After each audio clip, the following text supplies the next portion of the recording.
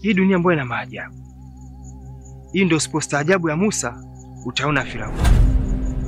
Niliwashuhudia watu wawili wakiwa wamevaa mavazi meusi, tena wa kike na wa kiume, na wakiingia hapa, lakini haionyeshi dalili yoyote ya kuingia mtu na kukanyaga sehemu hizi. Ina maana itakuwa ni kiini macho au akili yangu imechoka kutokana na uchovu wa safari?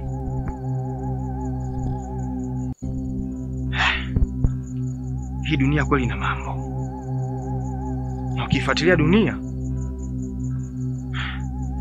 kuna mengi sana huwezi kuyamaliza.